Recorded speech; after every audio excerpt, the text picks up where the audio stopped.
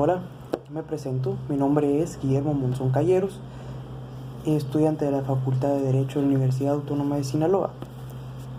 El siguiente contenido y de los próximos videos serán acerca sobre la materia que estamos llevando llamada Teoría General del Proceso, en la cual se nos está solicitando realizar este tipo de trabajos. En estas materiales audiovisuales vamos a trabajar diferentes temas.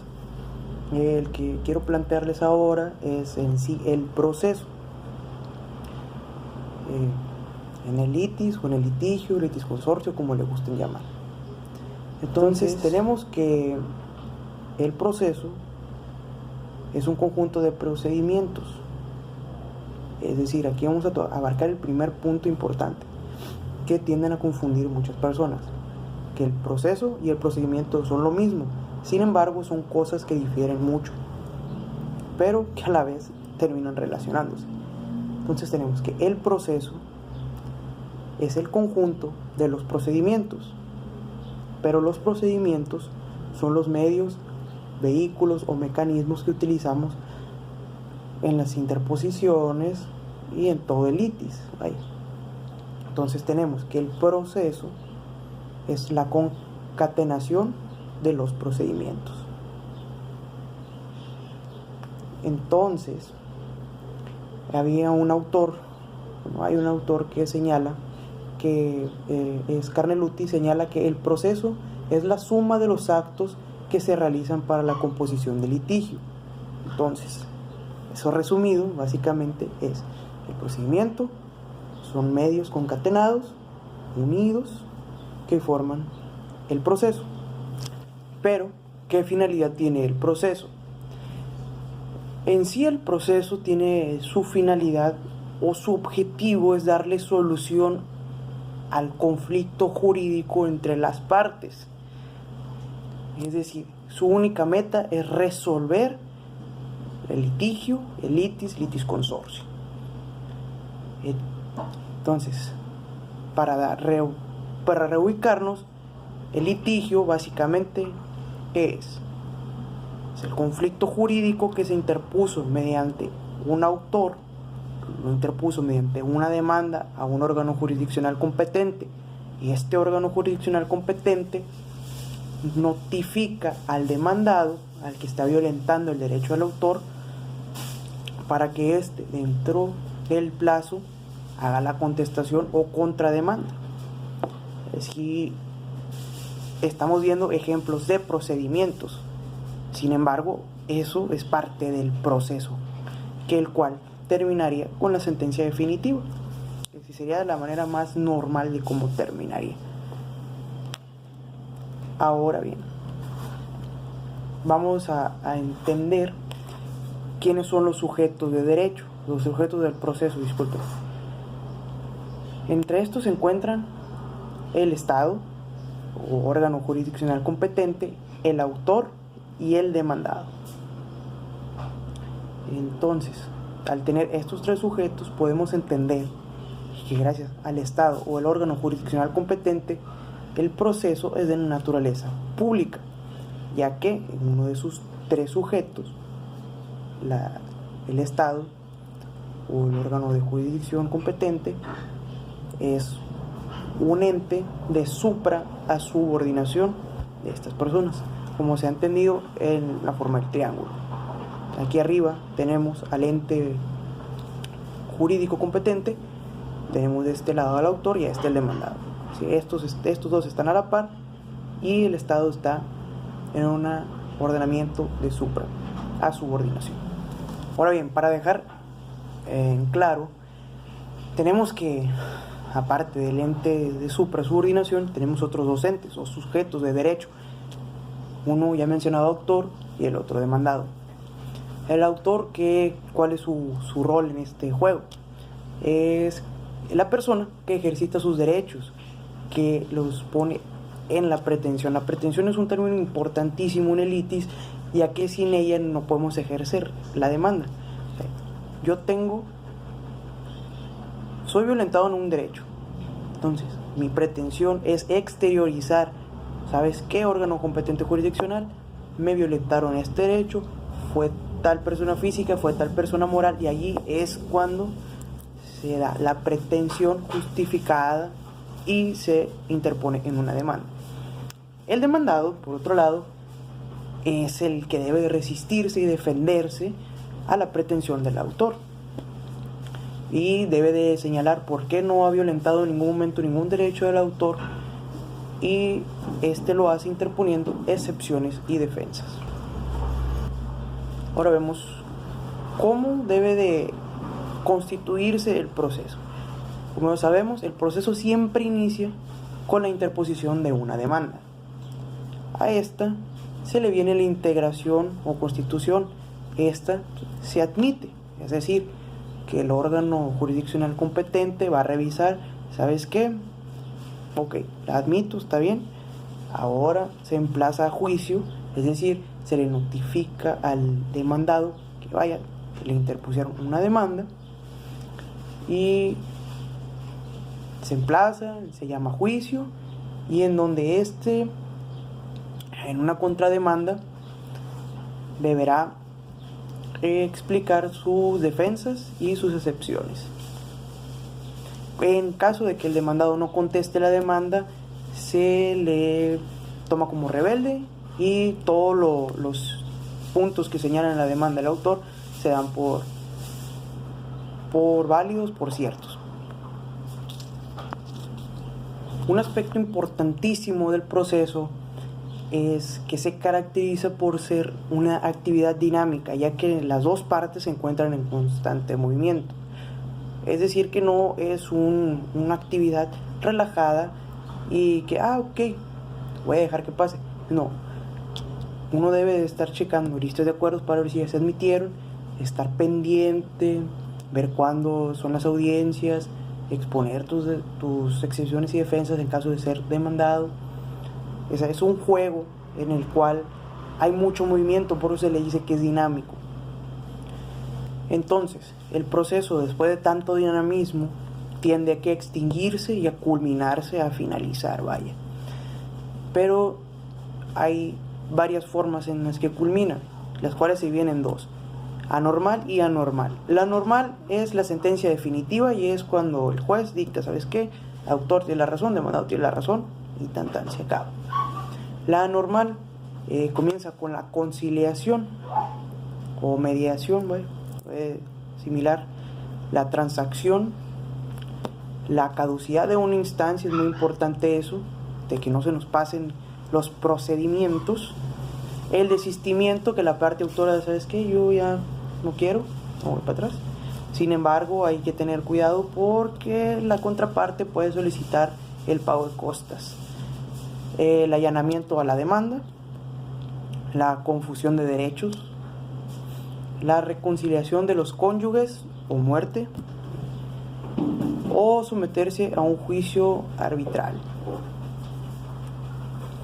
Entonces, estas maneras son las con las que el proceso se llega a extinguir, a finalizar o culminar. Asimismo, también tendremos que hay diversas formas de proceso.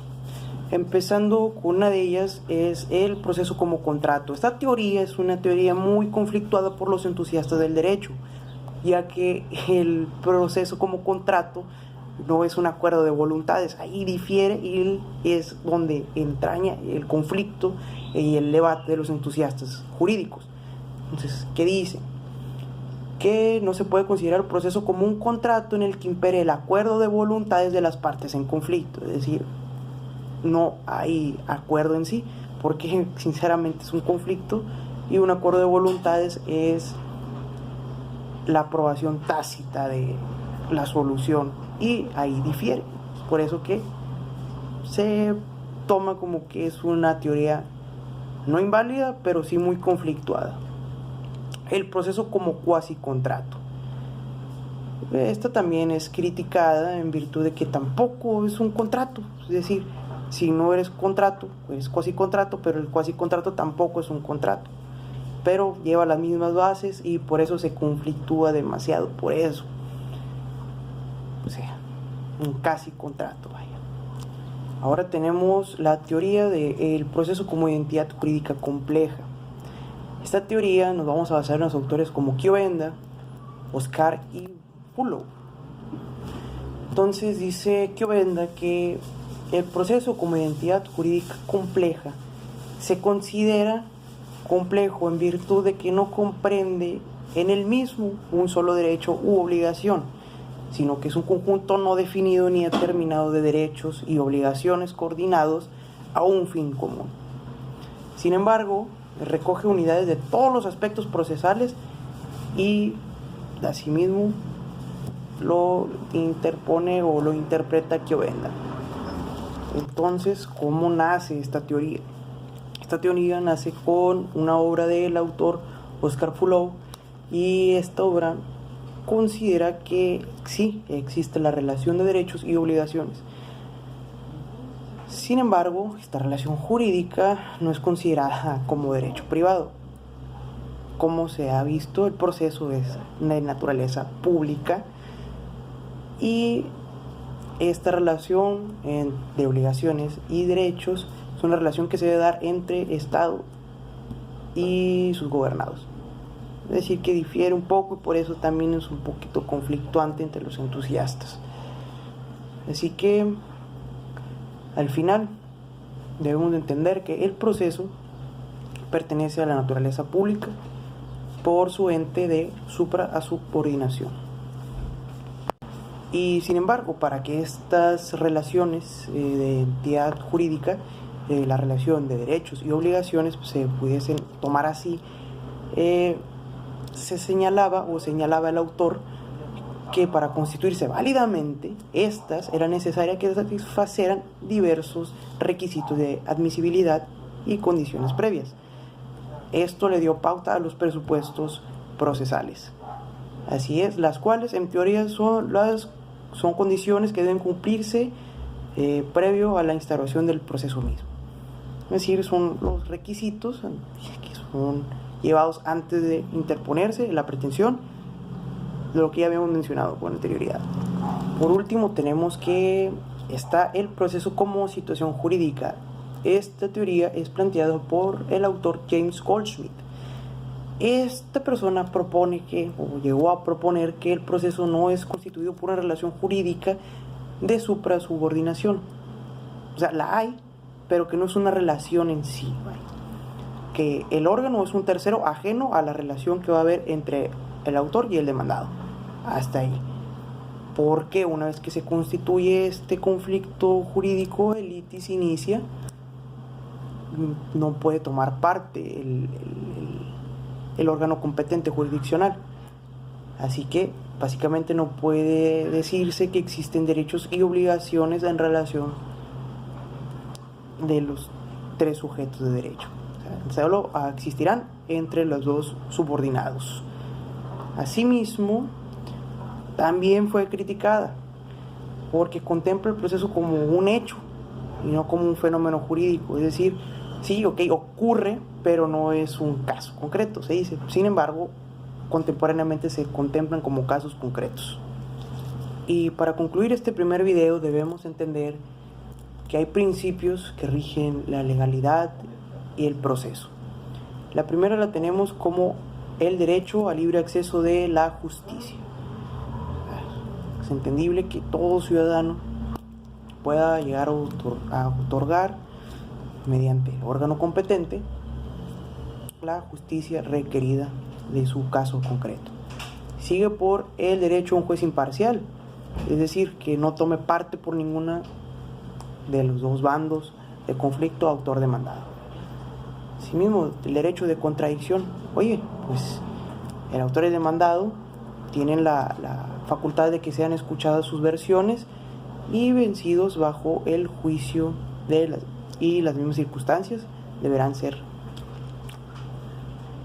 a la par, vaya. Ahora tenemos el principio de igualdad de las partes. Como les he estado mencionando, recordemos el triángulo, tenemos al órgano jurisdiccional competente, el autor y el demandado vienen siendo partes iguales, subordinados en esta relación jurídica. Tenemos también la oficiosidad y la disponibilidad, en donde impera el principio de oficiosidad del juez sin que las partes le soliciten actuar en juicio. Es decir, es un aspecto que no acontece en donde impera el principio de dispositivo, el cual los encargados de impartir justicia por ningún motivo podrán actuar sin que exista promoción de las partes en conflicto. Un punto importantísimo, el principio de lealtad y probidad. Son dos facultades que debe tener el órgano, el juez o el órgano jurisdiccional competente. Y por último tenemos el principio de respeto a los derechos fundamentales. Importantísimo.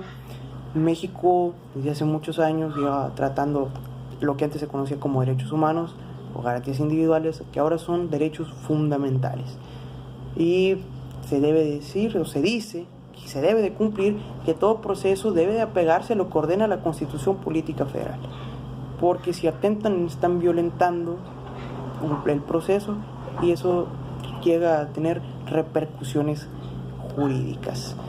Así que esto ha sido todo por mi parte en este tema abarcando el proceso. Estoy seguro que nos seguiremos viendo, así que hasta la próxima.